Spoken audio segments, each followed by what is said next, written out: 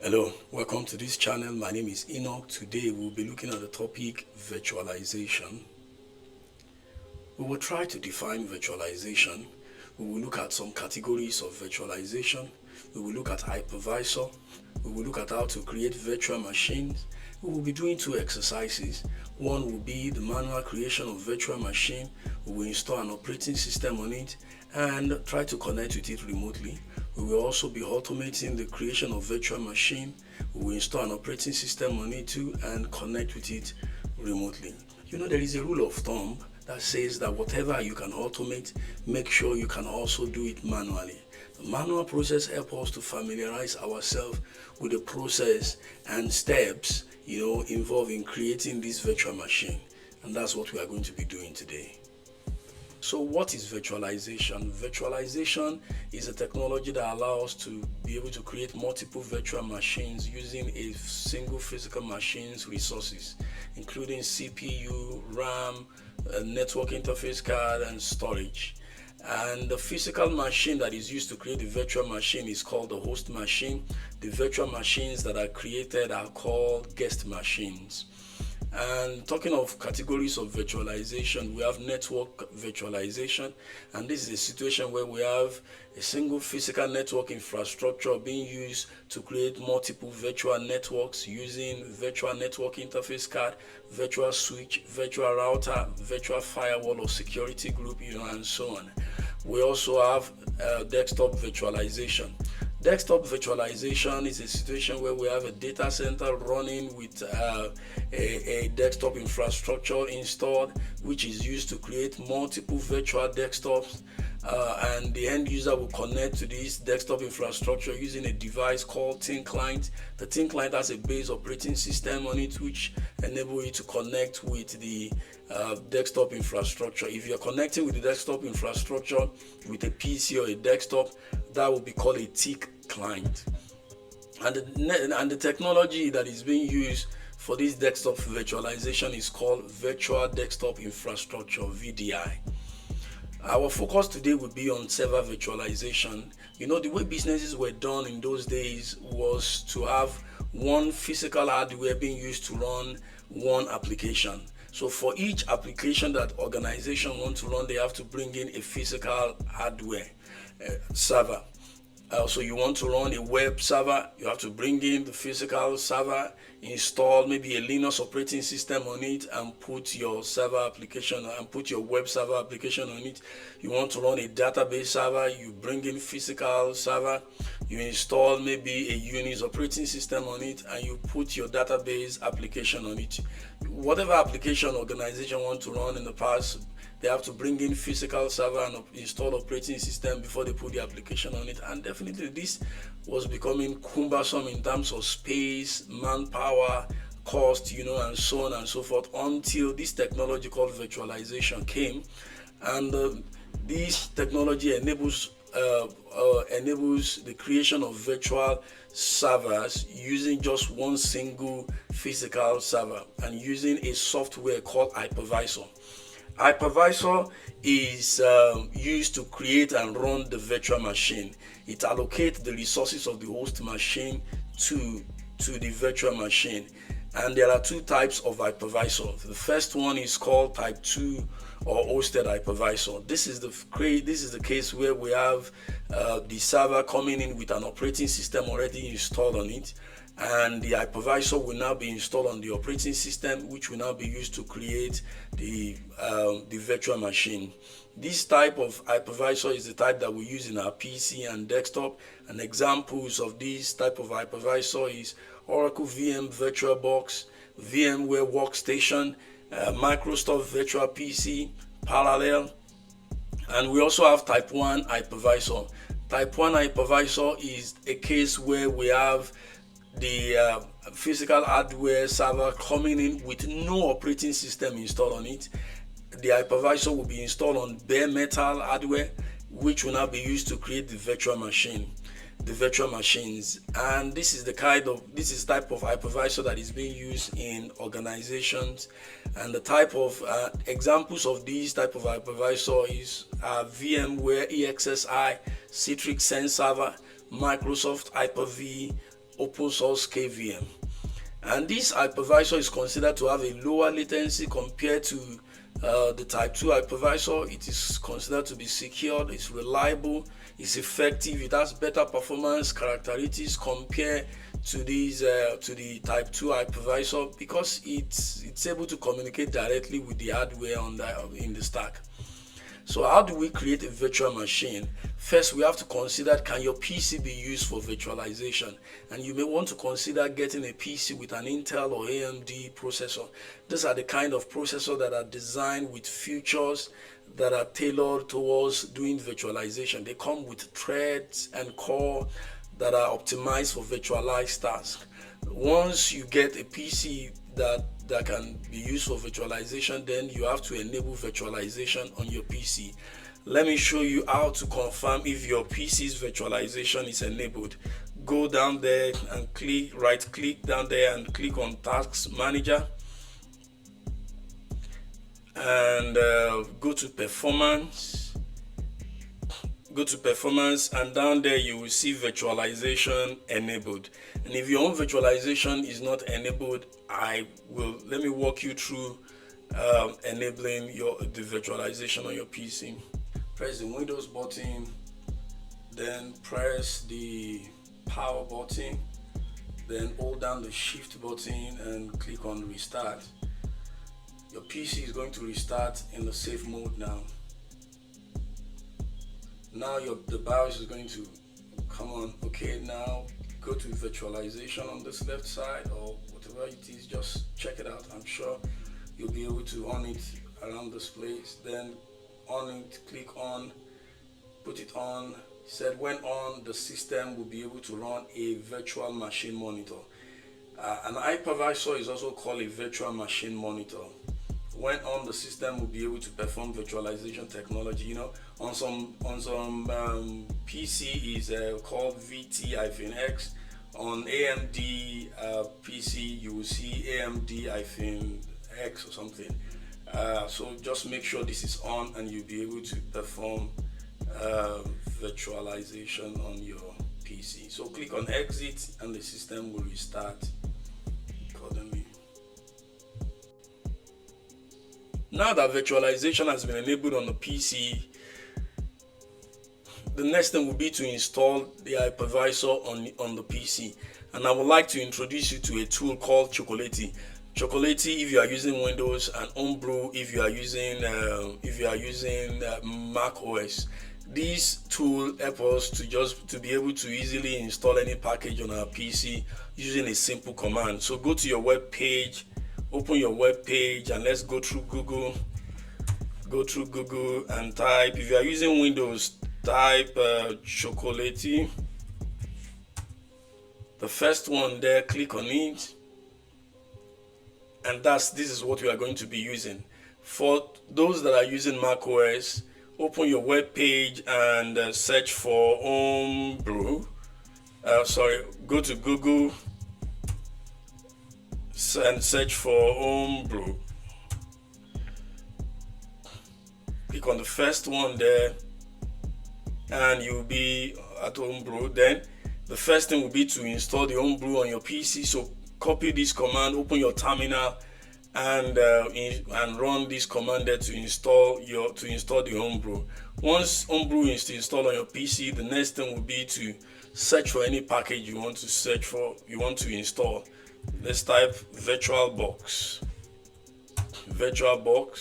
Then we have a simple command to install Oracle VM VirtualBox on your PC. Copy this command, run it through your terminal, and you have VirtualBox on your PC. For those of us using Windows, go to install on your Chocolatey site. Go to install and scroll down. Press your Windows button and open your PowerShell as administrator. You can right click on it, and I think I've opened it with that. Let me open it again. PowerShell. Click run as administrator.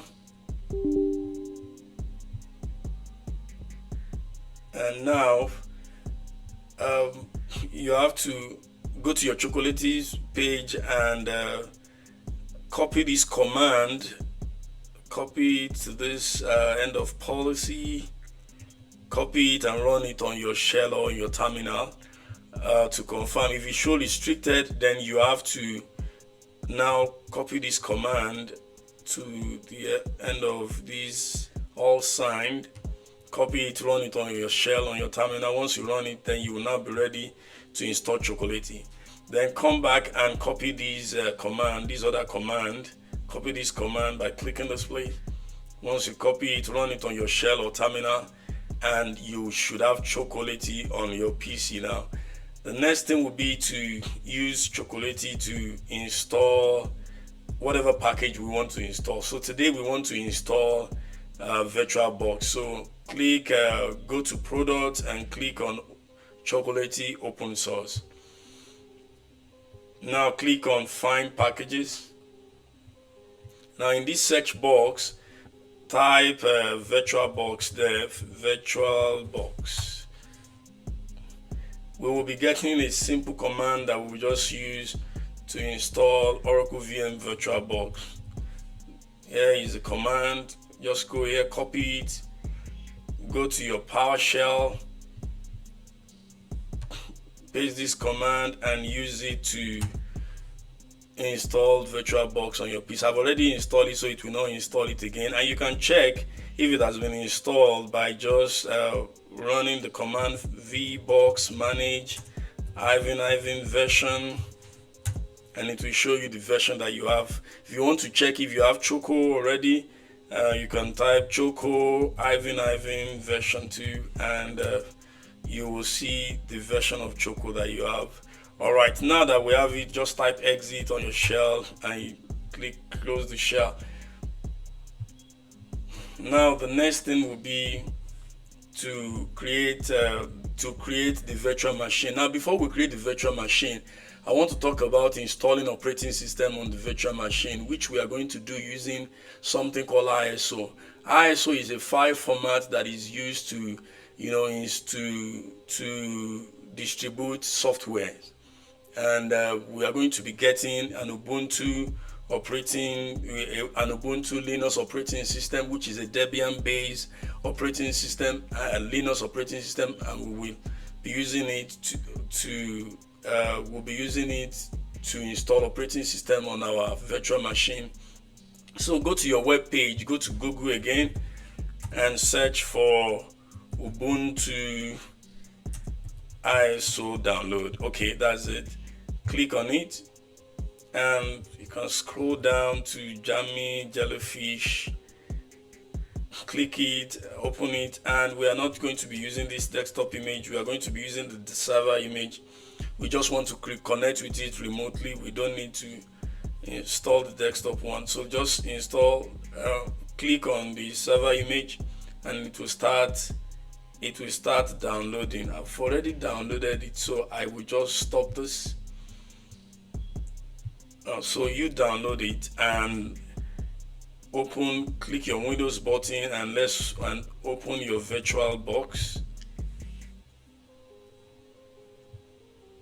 Open your VirtualBox.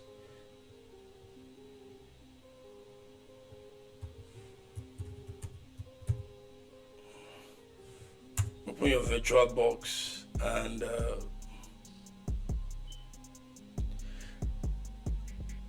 let's click on New to create the VM. Click on New, and then in the name there you can name it whatever you want, but I always like something that relates to what I want to do, so I will name my own Ubuntu VM. Type Linux version Ubuntu 64-bit. That's okay. Click on Next. Leave it as 2 GB RAM there. I will increase my CPU to 2. Then click on Next.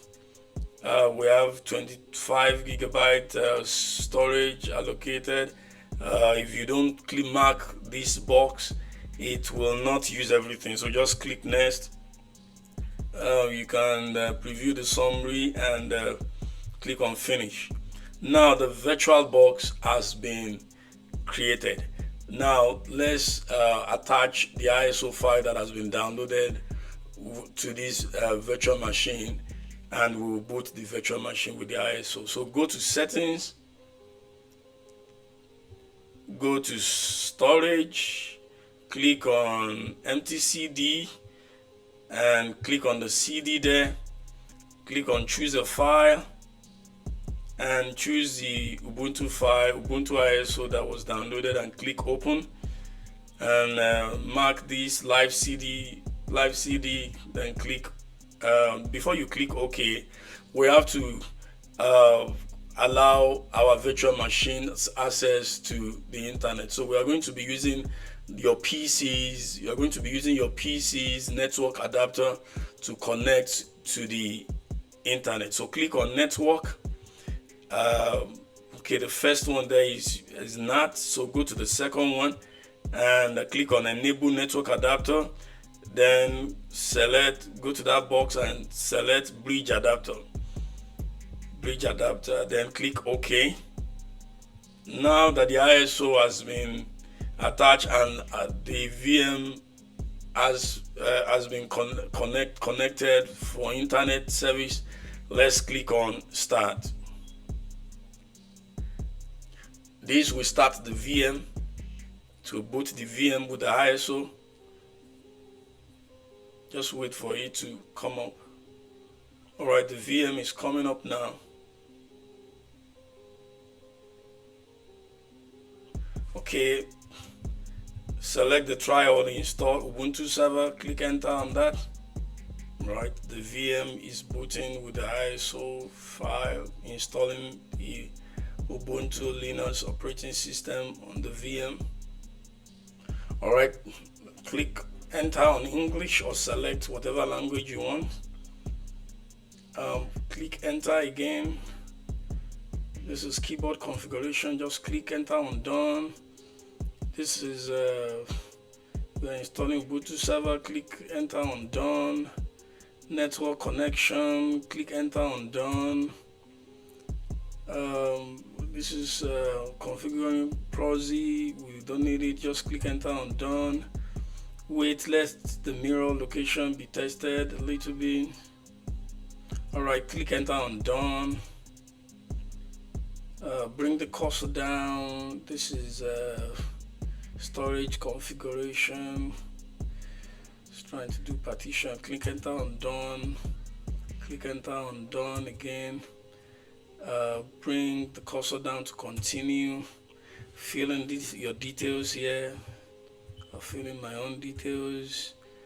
Server's name, Ubuntu, VM, username, DevOps, put a password.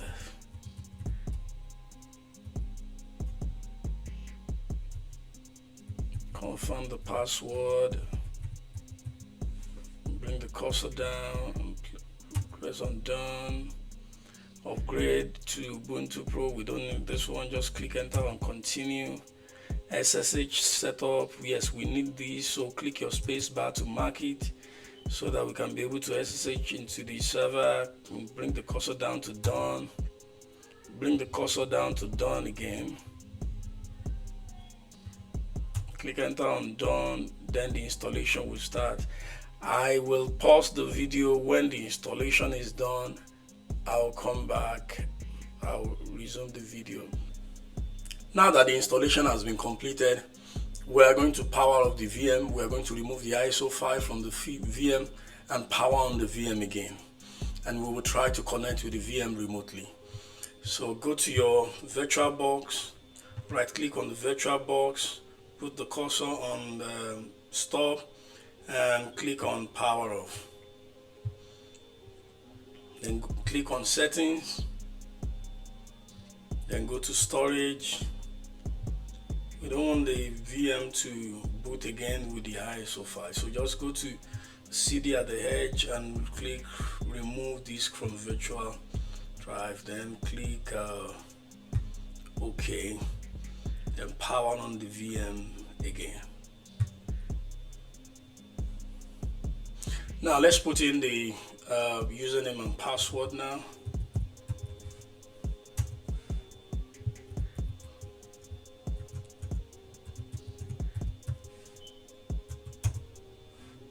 Now it's going to tell me to log in again. Oh, we are in. Okay, now we are in. Let's do IP address show. Now we have an IP address there, 10.0.0.180. Now we want to connect with the VM remotely. I'll be using Git bash. You can use your shell or your terminal. Bring up Git bash, then type SSH. Our the username I used was DevOps, so DevOps, then use the IP address given to the VM, 10.0.0.180. Type yes there, type the password, and we should be in. Now we are in. Let's check the host name so that you can know this is our VM. Sorry, host name,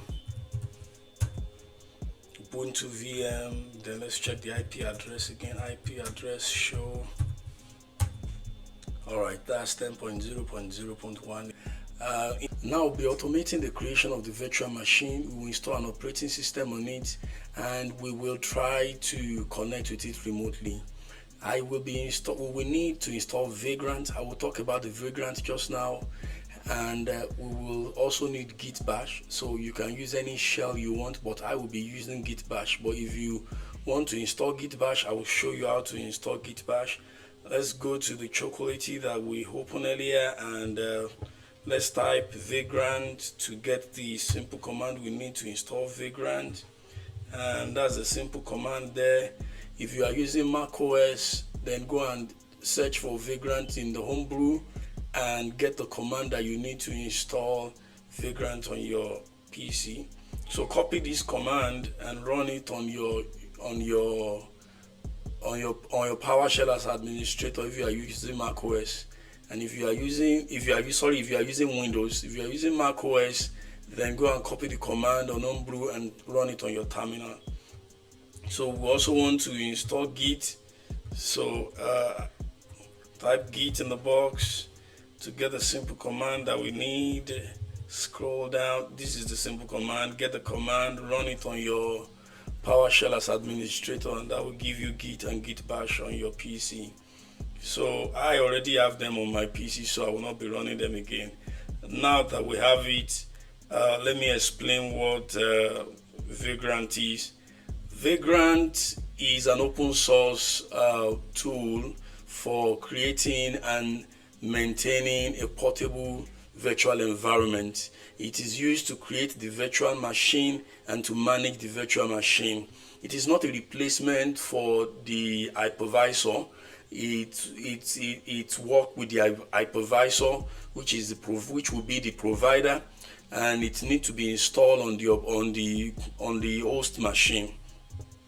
It provides a simple command. Vagrant provides a simple command which we are going to run on our shell. Once we run the simple command, a configuration file will be placed in our working directory. The configuration file is called Vagrant file. This Vagrant file contains all the code that is needed to create the virtual machine. It's an editable file, so we are going to edit the file and we are going to customize it as we want for our virtual machine. So it uses a configuration file called Vagrant, Vagrant file. The file is written in Ruby, and it uses operating system image call box for VM operating system installation. It also supports provisioning of the virtual machine with the necessary dependency software and configuration using tools like Shell Script, Ansible, Puppet, and Chef. We are going to see this in subsequent videos, but for this video I just want to familiarize you with VM. Then we will go and look at Linux, and once we finish Linux, we are going to come back to this virtualization and study Vagrant in depth and you look at port forwarding using Vagrant. You look at how we allocate RAM, how to allocate CPU. Look at how to place an application on our virtual machine, maybe a web application or maybe a database application. We'll put it on our virtual machine. So we are going to look at that in subsequent videos. So now let's go to Google. Let's see the simple command that we need to run to place the Vagrant file in our working directory. So type Vagrant Cloud, and you can click this first one. And in the last exercise, we use a Debian-based Linux operating system. In this one, let us use an RPM-based operating system. Don't worry about all the RPM and Debian that I mentioned if you are not familiar with it. In Linux administration videos, I'm going to explain them in depth. By the time we finish Linux administration videos, you are going to be very familiar with all these Linux distros that I'm mentioning. So just type CentOS 9 in that box there, and let us use Eero Linux Vagrant. So Eero Linux Vagrant, if you look at this, these are the providers that support these box. So you can use VirtualBox, which we are using today. You can use VMware Workstation, So just click on it. This is a little command that we first need to create our virtual machine. But let's get the command. Click on this new. If you click on this new, okay, the first line of command there, copy it. Copy this first line of command. Go to open your Git bash, press your Windows button and type Git, and Git bash there, open it. And we are going to place, you can use Shift Insert to place there. Okay, if that is not working, let me just use space. All right, so this is the simple command that we are going to run to place the Vagrant file in our working directory. But I've not created the working directory, so let me first create the working directory. I'll be using the D drive. So let me get into the D drive. So CD means getting. So /D will take me to the D drive. All right, I'm in D drive now. So let's make a working directory for the exercise. So type mkdir, which means make directory. Mkdir was the name that we want to give our working directory. Type whatever name you want. I will use vagrant-vm, and that is going to create it. So the directory is now in my D drive, or in your whatever drive you're also using. So let's get into that directory. Use CD again, and type your directory name and get into that directory. Now we're in that directory. Let me show you as it's going to place the Vagrant file into that directory. So I'm going to open that directory in my folders. This is the directory that we just created. So if you open that directory, let's just for directory just be on one side. Now I'm going to run the command, which is going to place the Vagrant file in our directory. So let's run that simple command. Now you can see the Vagrant file has been placed in my working directory. So let me open it so we can edit this Vagrant file. We can edit it and customize it based on what we need for our virtual machine. You can edit it using vim. You can edit it using Notepad++ or Notepad. If I run cat Vagrant file, is going to show us all the details of what is in this file. These are what is inside this file.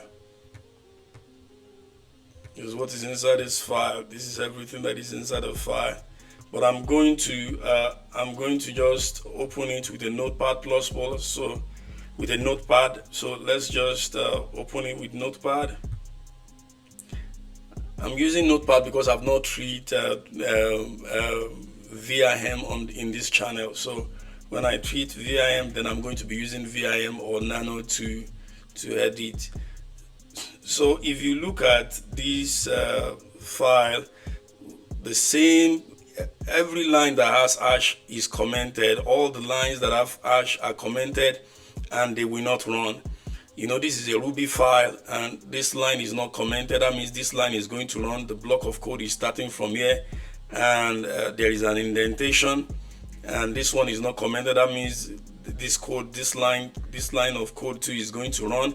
This is the name of the box that we are using, which will place the operating system, which we use this. We run our virtual machine with this operating system. And another line too is not commented, which is end. So those are the three basic lines that we need to just create our virtual machine. I know that you will be thinking, as I am thinking too, that what about the RAM? What about the CPU? Aren't we going to allocate CPU with it? We will see that in our next lecture. But there are some defaults we will see it in our subsequent lectures. We will see that in our subsequent videos. But there are some defaults that comes with Vagrant. Like RAM, it allocates like 512 megabyte or 1 gigabyte. Even if we don't specify it, it uses one core CPU.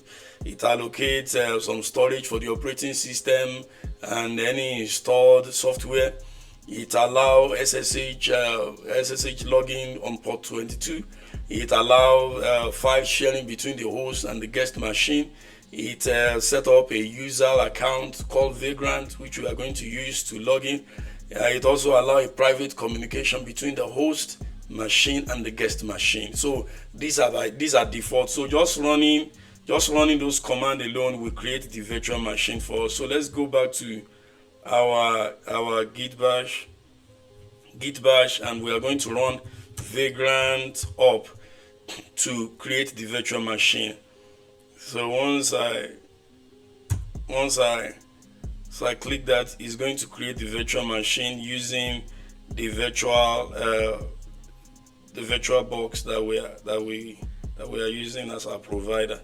So we can bring up our virtual box so that you can see it as it's being created.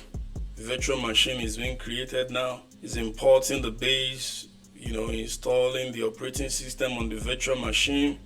Now the virtual machine has been created. Let's try and log in into the virtual machine. And we can log in into the virtual machine using a simple command, vagrant SSH. Now we are in the virtual machine. Now let me clear my screen. All right, now let's just check the RAM, the CPU and the storage that is there. You can run free-hem to check the RAM. That's 1 gigabyte of RAM allocated. You can run df-h to check the storage. You can see all the partition of the storage that is being used by default, and there's available sizes. And we can also check the CPU by running cat -proc -cpu info, and that will give you the CPU. See now, you can see core CPU cores 1. That means it is using one CPU. So some of these things comes by default, even if we don't specify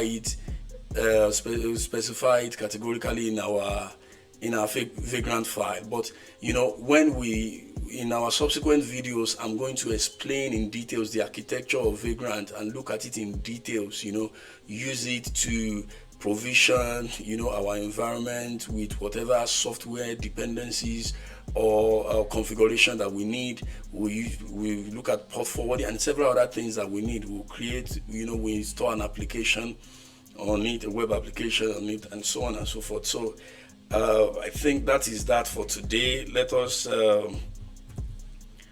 us power off our VM. Just enter exit And if you want to power off the VM, you can just run vagrant alt.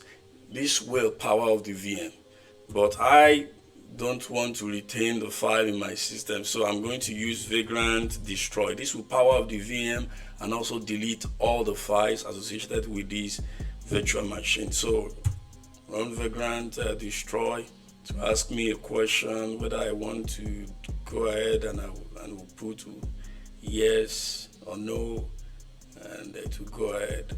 All right, put Y there, and it will destroy the VM.